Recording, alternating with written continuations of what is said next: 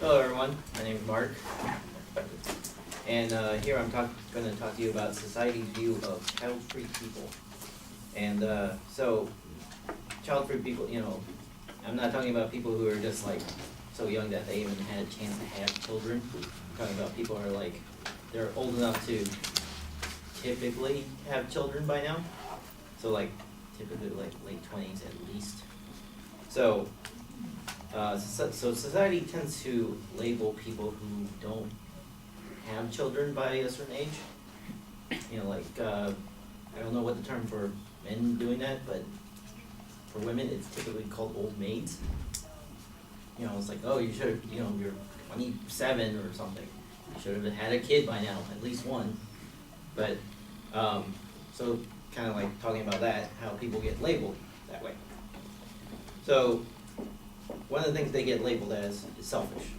People think that like, oh, was it, you don't want a kid, you just want to like,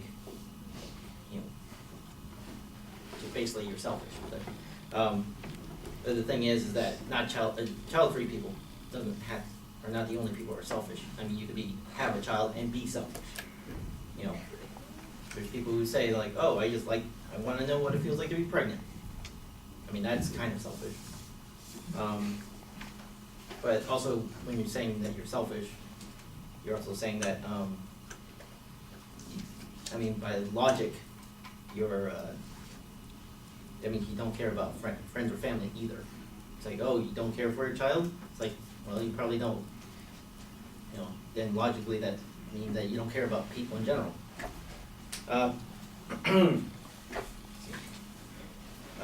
They're also labeled as that they hate children. But the thing is that there's people who they just don't want, there's child-free people who work at jobs that, they don't have children. Like I've met people who work at a daycare center and they don't have children, and they're like late 20s, maybe 30s, or sometimes older. They could also have nephews and nieces, or their friends' kids, or play with them. It's like, but they don't have children. Let's see, child-free people are also assumed to have miserable lives. There was a study by the American Sociological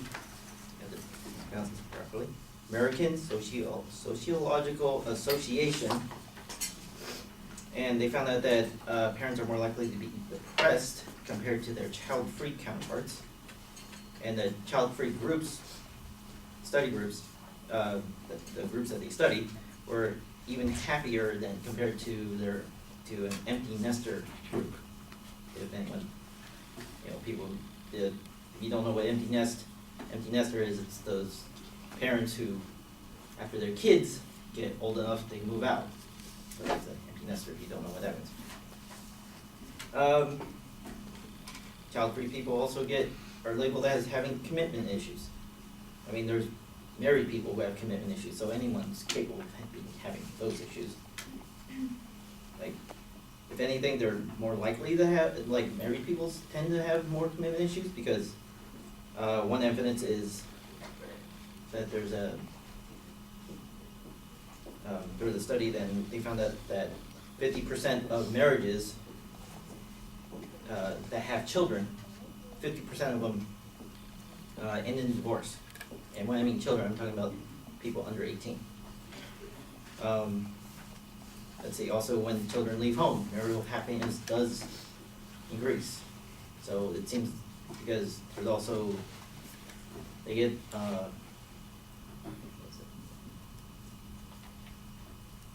when the kids, there's some parents that when they, my memory went blank. After children leave home, okay, you know what, I was skip that. People also assume that child-free people, mainly women, they secretly want children. But, I mean, some of them say they secretly want children, but usually in that case it's because their partner doesn't want to have a child. And, but of course they don't want to leave their partner So they just kind of like agree with it. So I guess in conclusion, people can have happy or miserable lives, rich or poor, selfish or unselfish. They can be intelligent or dumb, or married, single, or divorced, while having children or not having any. There's a lot of variety of people out there. And a lot of those different kinds of relationships work out. So, people shouldn't be judged negatively for this sort of thing. But usually, once we do, it's probably because that sort of thing wouldn't work out for them. But if you want to make a choice on that sort of thing, make sure it works out for you. And that's it.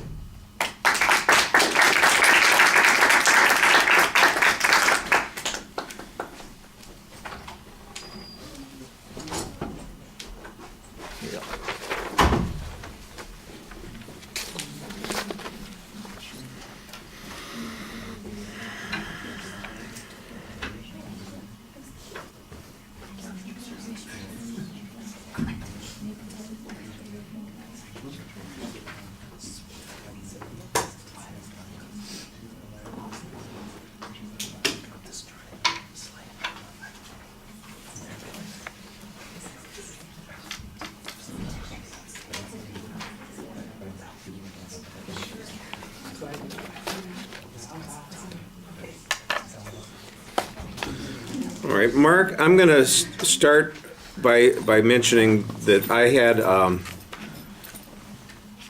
the only reason I knew kind of what the argument was going to be about was because I'd looked at your outline before.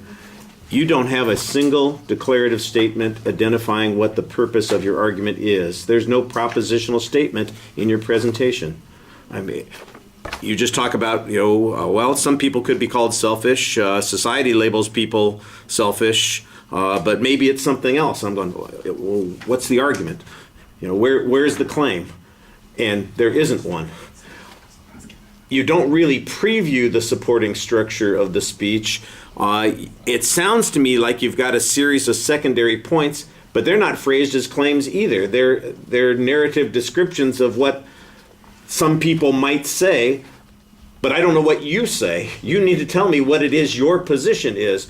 Remember, the whole purpose of the claim is to define where the argument is here, and I don't know exactly. It sounds to me like you're saying, well, at the very end, you say, well, maybe they're happy, maybe they're unhappy, maybe they're rich, maybe they're poor, maybe they're selfish, maybe they're not selfish. I'm going, and what do you think?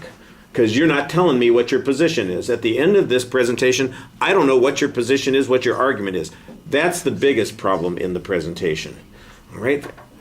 And you also need the organizational structure. Now, I think you try to connect with the audience pretty well. You're looking at us and you're talking, and even though you got stuck at one point and got a little bit lost trying to find your next idea, I didn't think that hurt your credibility that much. I think that it's just, that's a natural thing that sometimes happens. What I do think does hurt is that there's not a lot of information to support your position. We got a lot of hypotheticals talking about how somebody might be perceived as selfish, or an old maid, for instance, at one point, but there's no data on that. There's no information that suggests that people have that view. I'm sure that some people have that view, but I'm not sure how widespread it is. And why is it important? Why do I care if somebody labels me or somebody else selfish? Why is that a harmful thing? Why is that something to argue about? Why is it a controversy that we should be concerned with? You need to have a little bit more context for that. You talk about, well, maybe they hate children, or maybe they're labeled as hating children. That's, by the way, also not a claim. That's narrative description of what a potential issue is. Your argument should be that people who don't have children may in fact like children, or something like that. It just needs to be clearer. You're wandering around, never making a declarative statement, but just simply describing potential issues without taking a position on these things. And that's a conversation, and it's, like I said, it's not very well developed. On the proof, you had one study that you cited when it came to depression, and it mentions that they're more likely to be depressed. I don't know how much more likely they are to be depressed, but there's at least some research there. And then you had one statistic about people with children, half of their marriages end in divorce. Is that because they had children? I'm not exactly sure. And how does that compare to people who don't have children? What's their divorce rate like? If you're going to make the argument, if you're going to use this for a comparative statement, then we need to get the comparative statement. We don't get any comparative data on that.